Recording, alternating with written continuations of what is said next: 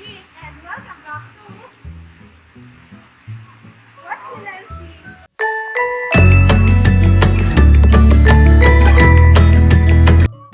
So for today's episode, papakita ko po yung mga biosecurity products na meron ang MC Home dito. And today, let's talk about our face mask. Tara guys!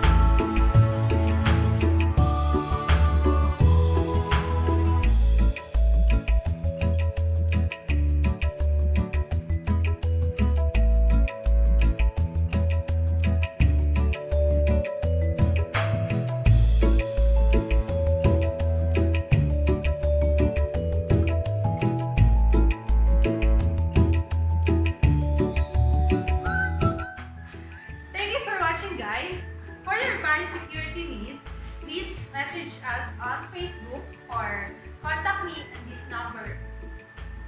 Stay safe, shop online, and get vaccinated. Bye!